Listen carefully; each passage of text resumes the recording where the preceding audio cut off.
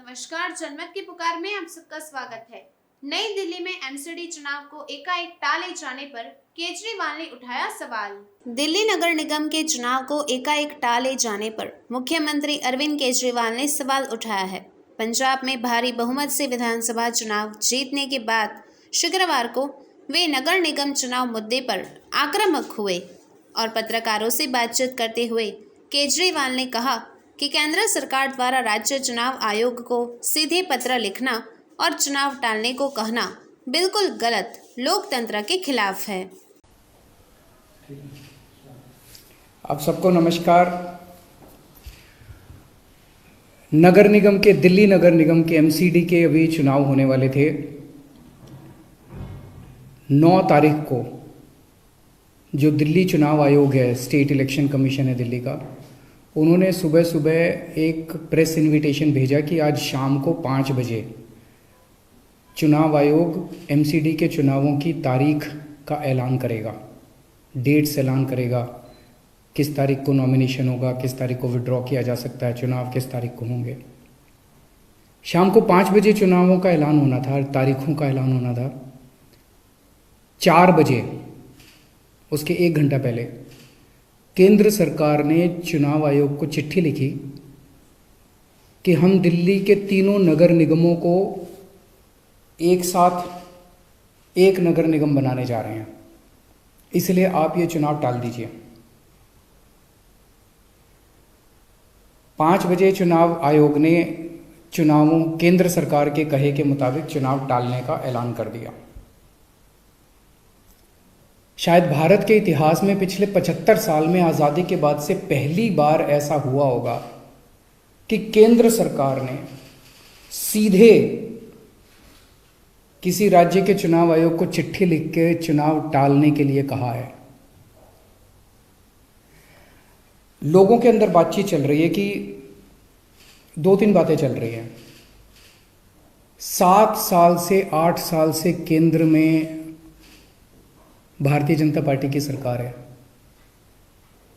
8 साल, अगर इनको तीनों एमसीडीज को एक साथ करना था, इकट्ठा करना था, 8 साल में इन्होंने क्यों नहीं किया? चुनाव की तारीखें ऐलान करने के 1 घंटा पहले इनको अचानक याद आई कि अब हमें तीनों एमसीडी को इकट्ठा करना है, इसलिए चुनाव टाल दिए जाएं। तो लोग कह रहे हैं कि एमसीडी को इकट्ठा करना, एक करना तो बहाना है, मकसद चुनाव टालने का था। क्योंकि बीजेपी को लग रहा था कि दिल्ली में अब अगर चुनाव होंगे तो आम आदमी पार्टी की ज़बरदस्त लहर है, बीजेपी उस लहर में बह जाएगी और बीजेपी हार जाएगी, इसलिए चुनाव टालने के मंशा से ये किया गया। दूसरा, ये भी लोग कह रहे हैं कि चुनावों का तीनों नगर निगम एक साथ करने से क्या लेना देना है।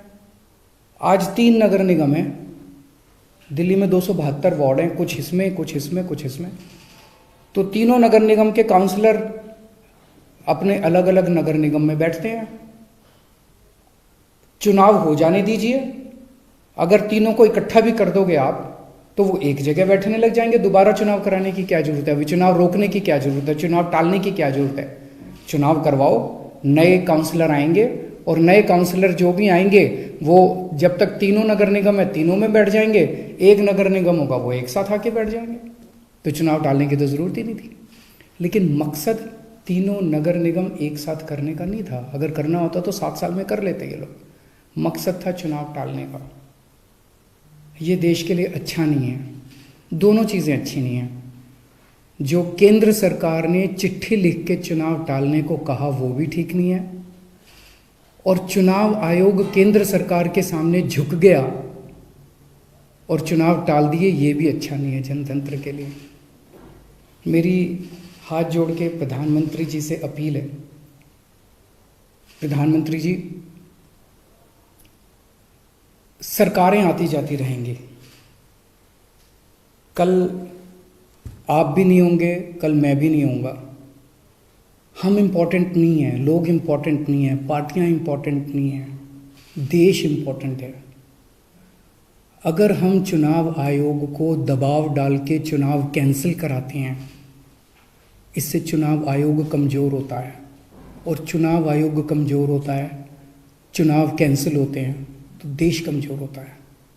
हम सबको मिलकर देश की रक्षा करनी है।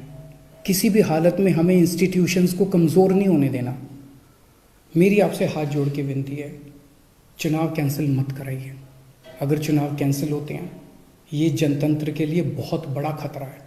आज ये कहा जा रहा है कि हम तीनों एमसीडी एक करना चाहते हैं, इसीलिए चुनाव टाल दीजिए। कल को मान लो लोकसभा का चुनाव है, उसके पहले अगर कहा जाएगा कि ये पार्लियामेंट्री सिस्टम अच्छा नहीं है, हम प्रेसिडेंशियल सिस्टम लाना चाहते हैं, संविधान में बदलाव करना चाहते हैं, इसलिए चुनाव टाल दीजिए, तो क्या चुनाव टाले जाएंगे? मान लो कल को कोई स्टेट असेंबली का चुनाव है, ये कहा जाएगा कि हम 2 राज्यों को इकट्ठा करना चाहते हैं, इसीलिए चुनाव टाल दीजिए, तो क्या चुनाव टाल दिए जाएंगे? क्या जनतंत्र के अंदर चुनाव ऐसे टाले जा सकते हैं? ये बहुत बड़ा प्रश्न है। मैं प्रधानमंत्री जी से यही निवेदन करना चाहूँगा, कल केजरीवाल भी नहीं रहेगा, कल मोदी जी भी नहीं रहेंगे, ये देश रहेगा। इस देश को अपने को कमज़ोर नहीं करना। मुझे नहीं पता कि राज्य के हमारे जो स्टेट इलेक्शन कमिश्नर हैं उन पे ऐसा क्या प्रेशर डाला गया, उनको क्या धमकी दी गई, इनकम टैक्स की, ईडी की, सीबीआई की कोई धमकी दी गई, या वो अभी अप्रैल में रिटायर हो रहे हैं तो उनको पोस्ट रिटायरमेंट कोई लालच दिया गया, मुझे नहीं पता क्या दिया गया, लेकिन वो तुरंत 1 घंटे के अंदर चुनाव टालने को तैयार हो गए। ऐसे संस्थाएं कैसे चलेंगी?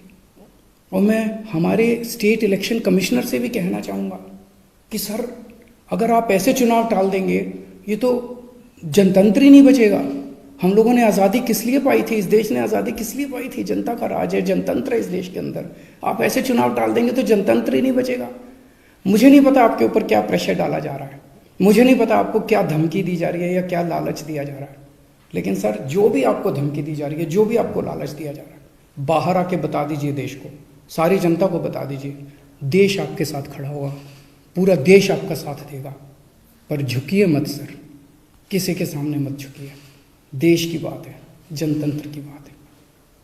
नमस्कार। अगर आपने हमारा अभी तक चैनल सब्सक्राइब नहीं किया है तो कृपया चैनल सब्सक्राइब कर लें, लाइक करें, शेयर करें, कमेंट करें। तो मिलते हैं फिर किसी और खबरों के साथ। नमस्कार।